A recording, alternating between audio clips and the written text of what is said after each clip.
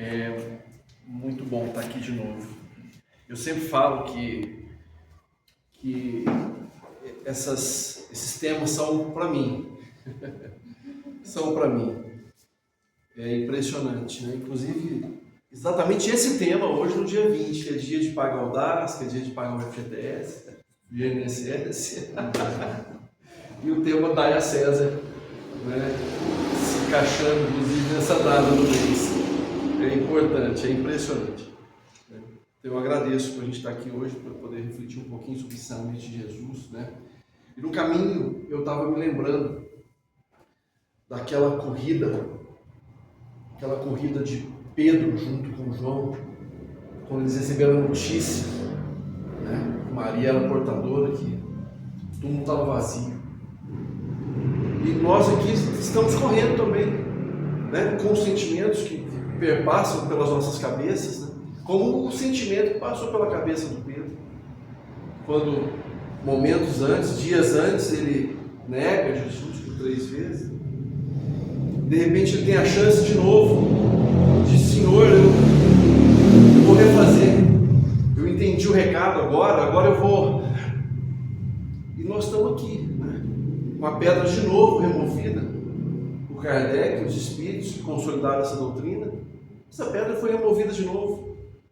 E nós agora, descortinados, né, com essa revelação maravilhosa, corremos também à semelhança de Pedro, né, com os nossos sentimentos, com as nossas necessidades de reconstrução, né, de refazimento, né, e seguimos essa corrida rumo a Jesus de volta para diante dele.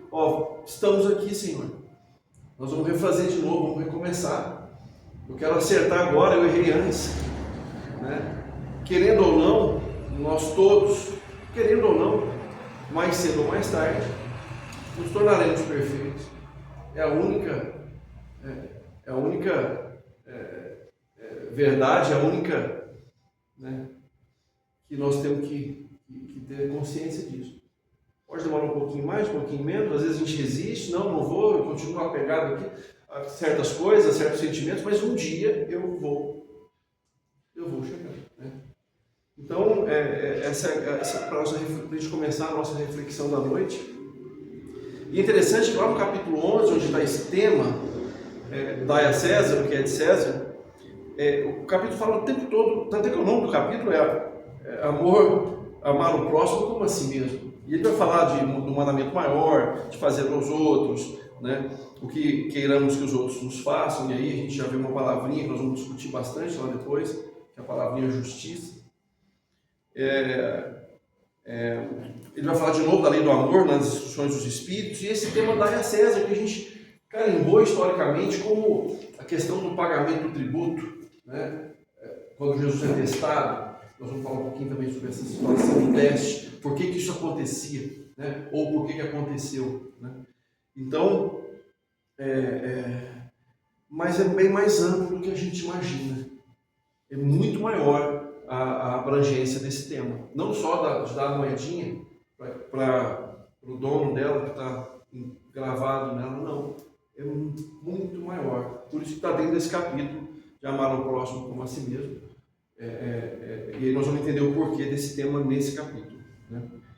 Então, diante disso, sabiamente Jesus responde: dai, pois, a César o que é de César e a Deus o que é de Deus. Isso não é uma parábola, é uma situação vivida, uma passagem da vida de Jesus, onde o Mateus estava ali a postos. Marcos também tem citações dessa passagem, mas o Mateus ele foi bem preciso e relatou para a gente. E depois a gente foi entender com a ajuda da doutrina espírita o que isso quer dizer, né? Mas é impossível falar disso sem a gente entender um pouquinho do contexto histórico. O que estava por trás disso? O que levou a esse acontecimento, né? Então, temos que falar de Roma. Gente, incrivelmente, pesquisando, Roma existiu por 1229 anos, em 3 etapas. Uma primeira etapa de monarquia, uma segunda etapa como república e a terceira etapa como império. Foram 3 momentos. Inclusive essa última, 503 anos. Imagina começando um império agora e indo até 2524, é muito tempo. Ou 527, né? Sendo mais preciso. Então, tinha um plano grande por trás disso. E não aconteceu por acaso. Roma não foi fruto de um acaso. Lá no capítulo, eu vou falar um pouquinho daqui a pouco dessa história, dessa construção, do que está por trás dessa determinação, né, de Roma. Foi algo bem maior. Então, mas é uma sociedade organizada. Ela foi preparada para trazer impulso para o nosso progresso, para o nosso desenvolvimento. Ali egípcios, né, gregos, espíritos de grande conhecimento foram destinados para lá. A espiritualidade reuniu ali esses espíritos de escola para proporcionar um impulso para o nosso progresso. Por ser uma civilização antiga, né, já com valores, a família romana, né, isso tinha um peso e os espíritos usaram essa estrutura para impulsionar o nosso progresso. Mas ela seguiu por um outro caminho, enfim. A sociedade era formada pelos patrícios, né, que eram os latifundiários, os políticos, os intelectuais, né, era uma nobreza que formavam. Lá no livro Há 2000 anos, quem pôde ler, o senador Hugo Lentulus, né, depois de nos trazer tanta coisa, né, deu uma volta, teve a chance de frente para Jesus, mas fez uma outra escolha, depois fez uma caminhada maravilhosa, né? A gente, quem leu 50 anos depois também acompanhou isso, e o Emmanuel volta então nos trazendo esse manancial, né? No meio dessa pirâmide, os plebeus, que eram os que trabalhavam mesmo, eram os que, pequeno comerciante, eram os cidadãos comuns, eram os que faziam a roda girar. E na base da pirâmide, os clientes e escravos. Clientes era uma categoria de pessoas que dependiam dos patrícios, prestavam pequenos serviços, recebiam concessões, favores e proteção. Os escravos não. Os escravos eram os que, devedores do governo, eram os que se debelavam contra o sistema, então, que trabalhavam de graça, né? Não recebiam remuneração, prisioneiros de guerra ou filhos desses elementos que já estavam nessa categoria como escravos. E Roma foi tocando esse ritmo, nesse modelo, até que no início do século III, exatamente 476, em 476 depois de Cristo, ela começou em 27 a.C., o período do Império, né? E aí entra a bancarrota e eles caem e o Império se desfaz, porque tudo passa, né? Tudo passa, tudo é transitório, até vendo um bate-papo daquele ator que fez o Ravengar, o Antônio Abujamra, lembra dele? E ele faz um diálogo com o entrevistado, e o entrevistado pergunta: como é que você vai? Eu falo: mal. E você? Eu falo: bem. Então, aproveita porque passa muito rápido. Tem uma visão bem pessimista, né? do enxergar a vida. E passou também os 1229 anos, especialmente os últimos 503. Mas lá no caminho da Luz, o Emmanuel, no capítulo 11, eu preciso ler para trazer essa visão de o que nós estamos falando, o que representa Roma. As forças do invisível, porém, não descansaram.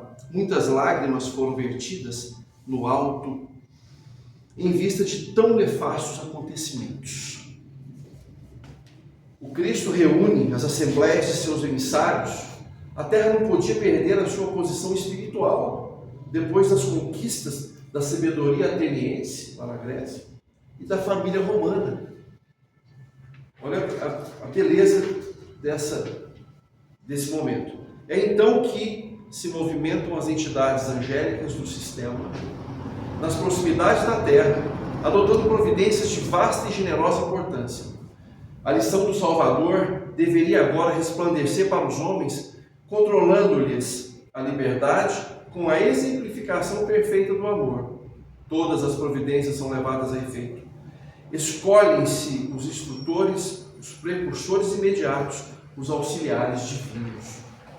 Uma atividade única registra-se, então, nas esferas mais próximas do planeta e quando reinava Augusto. Na sede do governo do mundo, viu-se uma noite cheia de luzes e de estrelas maravilhosas. Harmonias divinas cantavam um hino de sublimadas esperanças no coração dos homens e da natureza. A manjedoura é o teatro de todas as glorificações da luz e da humildade. E enquanto alvorecia uma nova era para o globo terrestre, nunca mais se esqueceria o Natal, a noite silenciosa, a noite santa. Então ele ainda vem para tentar aproveitar esse impulso que já tinha sido dado, essa estrutura que tinha sido criada, essa reunião, essa pleiade de espíritos reencarnados ali, com um objetivo sagrado. Mas o egoísmo, o orgulho e a vaidade fizeram com que Roma sucumbisse às viciações materiais, a visões transitórias, o imperialismo, a guerra, a vaidade. Isso também veio junto. E a espiritualidade respeita o nosso livre-arbítrio, como respeitou o livre-arbítrio daqueles dirigentes. Por mais que lágrimas correram, por mais que verteram lágrimas, Jesus ainda corre para tentar acudir. Ainda assim o império caiu. A liberdade, até o Emmanuel fala disso, a liberdade pessoal e coletiva é respeitada pelo plano invisível, e Roma não se mostra digna das numerosas dádivas recebidas. E aquela sanha por conquista, aquela loucura por agregar territórios e expandir vaidade, domínio, eles, quando entravam com o Estado também, com o peso do Estado, com a força do Estado, levando a cultura, impondo valores, impondo formas de pensar.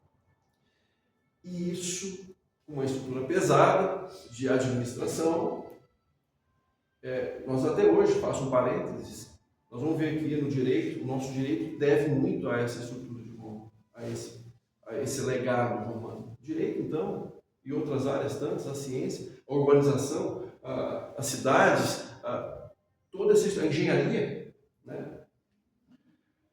Só que quando ela entra com esse peso, isso custa.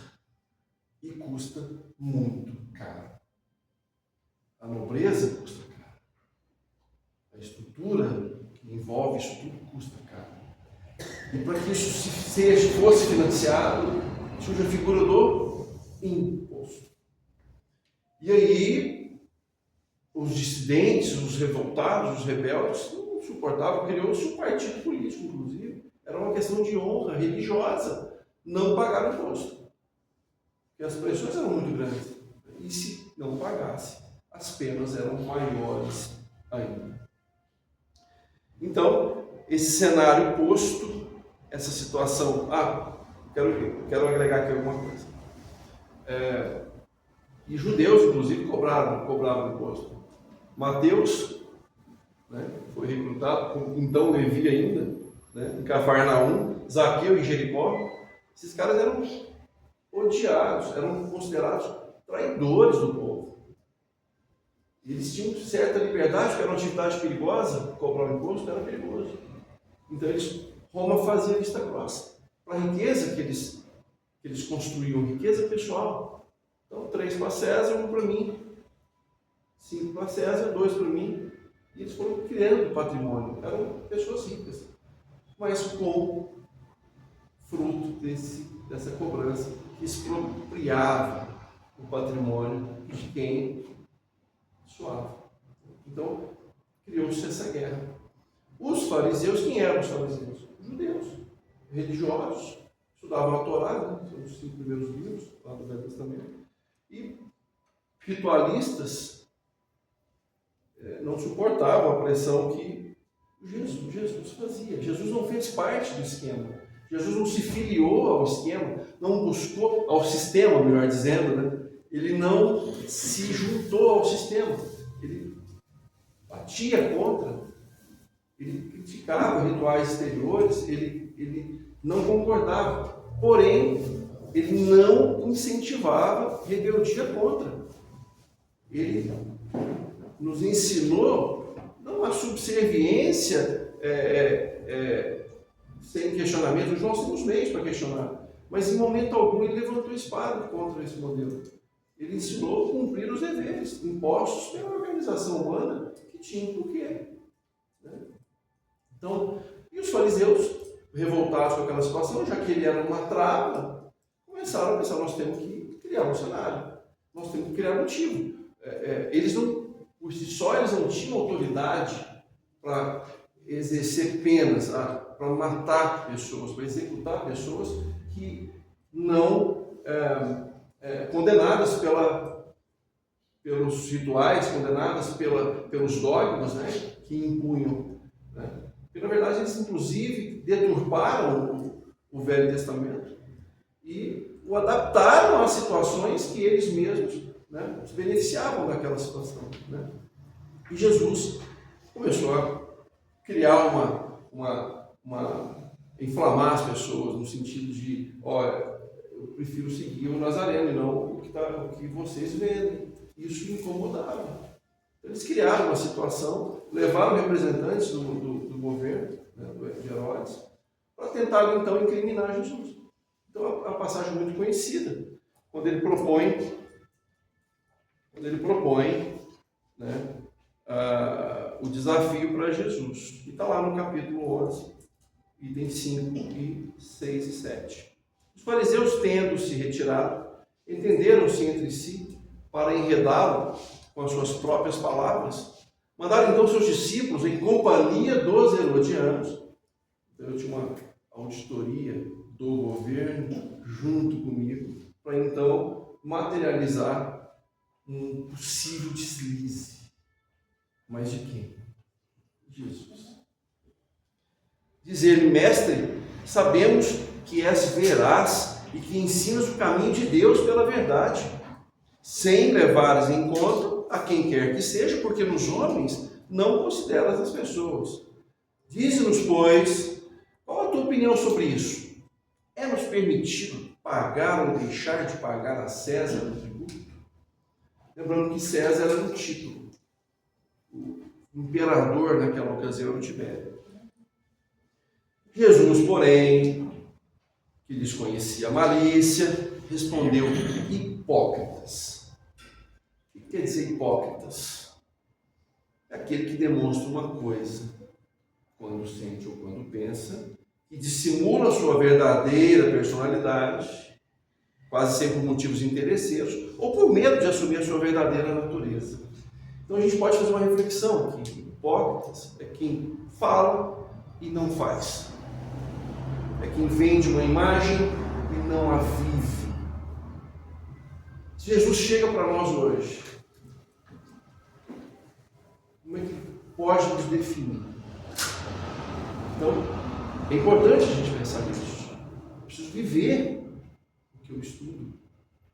Eu preciso aplicar isso amanhã, ou quando eu chegar em casa à noite, ou quando alguém me fechar ali na porta, no trânsito. Senão eu vou escutar Jesus. Hipócrita. Você fala uma coisa e faz outra. Ainda mais que o Haroldo, lá em Maryland, ele fez uma palestra falando de justiça, falando de justiça divina, de justiça humana, etc. E aí no final ele fala: não adianta, respondendo uma das perguntas, a gente vir aqui e ficar 50 anos assistindo a palestra. E eu acho que isso passou pela cabeça dele, ou fazendo a palestra, o que é pior. Então ele sentiu a minha pressão. Ele ia falar de quem estava assistindo a palestra, ou fazendo a palestra, se não vivermos hipócritas. Então é um ponto de muita atenção nessa leitura. Por que me tentais? Apresentai-me uma das moedas que se dão em pagamento do tributo. E tendo-lhes apresentado um denário, perguntou Jesus: de quem são essa imagem e essa inscrição? De César, responderam eles. Então observou-lhes Jesus: dai, pois, a César o que é de César e a Deus o que é de Deus. Ouvindo falar dessa maneira, admiraram-se eles de sua resposta e deixando-o se retiraram. Está lá em Mateus 22, versículos 15 a 22. Então, no item 6, eu vou tentar dar uma atalhada. No item 6, o Kardec explica o porquê dessa circunstância, né? O porquê dessa tentativa, né? Já que eles abominavam o tributo. Os fariseus só juntaram essas duas coisas, porque se ele fala não paga, ele incitaria Roma. Se ele fala paga, ele incitaria os judeus dissidentes. Então era uma situação muito difícil, mas era com Jesus a prosa, não era com comum. Então ele já sabia a malícia, talvez até estivesse esperando que ele chegasse para fazer aquilo, né? E aí ele dá uma lição de justiça. Quando eu vou lá no capítulo 11, né? E vejo o título Amar o próximo como a si mesmo, e Jesus dando uma lição de justiça. A justiça equilibra. O conceito de justiça é um negócio fantástico. O conceito material de justiça, tem um pensador, um filósofo, ele fala: o que é justiça? É a virtude moral que rege o ser espiritual no combate ao egoísmo biológico, orgânico do indivíduo. Olha um conceito de um filósofo, não sei se deve ser espiritualista, por pensar no rege o ser espiritual, né? E aí Jesus dá uma lição de justiça. O Kardec entra com essa observação, e no item 7 ele até abre um pouco mais, para a gente entender o tanto que é mais amplo o conceito só de entregar a moedinha, né? Ou recolher o imposto, né? Se tem empresa, deve ter recolhido hoje, só que é dia 20, entregou a César. Então, só que é bem mais amplo que isso. Isso é muito pequeno, perto do todo, né? E aí, por que dando-lhes uma lição de justiça? O que o Kardec abriu para a gente? O conceito de justiça. Proceder para com os outros como queiramos que os outros procedam para conosco. Condena todo prejuízo material e moral que se possa causar a outrem. Postergar, né? Ele fala de postergar toda a postergação de seus interesses, quer dizer, postergar a melhoria que nós podemos fazer e nós precisamos fazer. Ele prescreve respeito aos direitos de cada um, como cada um deseja que se respeitem os seus. É um código de conduta, de ética, de justiça. O Haroldo propõe nesse bate-papo lá em Maryland, quando ele vai em Kant, o filósofo propõe, justiça é se fazer, se todo mundo fizer o que você faz, todo mundo nesse instante fizer o que você faz, teríamos justiça? Então, quando ele coloca o egoísmo, a maldade, a corrupção, deteriora e leva ao caos. Se todo mundo pratica a caridade, se todo mundo age com harmonia com o seu próximo, que mundo nós teríamos? Aí a justiça, Deus, equilíbrio, equidade. Então, é bem amplo esse conceito, e a justiça, ela é a base dessa ideia de dar a César o que é de César, mas a Deus o que é de Deus. Por isso que Jesus usa essa figura. Mas a gente se perdeu um tempo entendendo que era só, não paga o seu imposto e segue a vida. Não adianta pagar o imposto e ficar reclamando. Não adianta. Não adianta entregar para César e se submeter aos benefícios que César não é dono do mundo, a figura é César, né? Deus é o dono de todas as coisas. nós estamos submetidos a Deus, não a César. Então é muito mais amplo do que a gente imaginava, né? O Emmanuel, eu não vou invadir muito tempo, o Emmanuel, no livro Construção do Amor, capítulo 5, chama Ante a Justiça. Peguei só o finalzinho para a gente fazer uma reflexão aqui e fechar. Não rogues justiça nos dias de tua dor, e sim aumento de compaixão nos tribunais da divina sabedoria, restaurando a ti mesmo para seguir à frente, valoroso e sereno na própria redenção, ante a bênção da lei. Nós não estamos em condição de pedir justiça. Na grande justiça divina, nós estamos tendo a oportunidade da nossa redenção, da nossa reconstrução, do nosso refazimento. Dentro da grande justiça divina, nós precisamos reparar os danos que nós já provocamos a nós mesmos, às pessoas que estão conosco, as reencarnações. Eu falei no começo da pedra removida, da morte, do túmulo vazio, em especial nós que sentamos nas cadeiras do Centro Espírita e estudamos a obra do Kardec. Então, essa pedra foi removida e nós estamos enxergando agora de onde nós viemos, para onde nós vamos, e a transitoriedade da nossa reencarnação, a própria transitoriedade do mundo de regeneração que nos aguarda para mundos felizes. Entendendo esse contexto todo, entendendo as nossas imperfeições, e agora podemos refletir sobre isso com tanta clareza, com tanta misericórdia de Jesus através dos Espíritos que vêm nos orientar. Então nós não temos que pedir justiça, nós não somos injustiçados, nós estamos sob a justiça divina, tendo a chance de refazer os nossos próprios erros, para que um dia voltemos à fonte, criadores de todas as coisas. Saímos lá pequenininhos, percorremos todos os reinos, recebemos lá nos mundos ad hoc o livre-arbítrio, fizemos as nossas escolhas, trilhamos os nossos caminhos em vidas sucessivas. Alguns chegaram mais rápido, porque enxergaram outro caminho, e nós não, nós fomos buscar algum atalho, nos iludimos com situações transitórias e nos perdemos um pouquinho na caminhada, mas agora nós encontramos de novo a rota. É difícil refazer, é difícil abrir mão daquele velho homem, é difícil, mas exige esforço, sacrifício.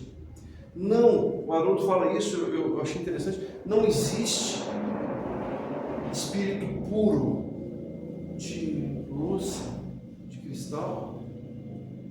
Ele até não existe espírito puro de cerâmica e resina. Até usa um metal, o adamantio, me corrijam depois, é um material mais forte que o diamante. São espíritos extremamente robustos, suportam a dor, suportam privações. Nós não podemos chorar por tão pouco, muitas vezes, os nossos desafios, esses desafios muito maiores.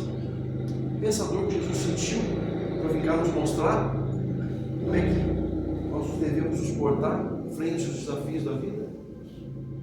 Espírito puro é espírito robusto, é espírito que suporta a pressão, que suporta os desafios. Nós ainda frágeis, precisamos nos apoiar. Nos apoiar aonde? Em Jesus.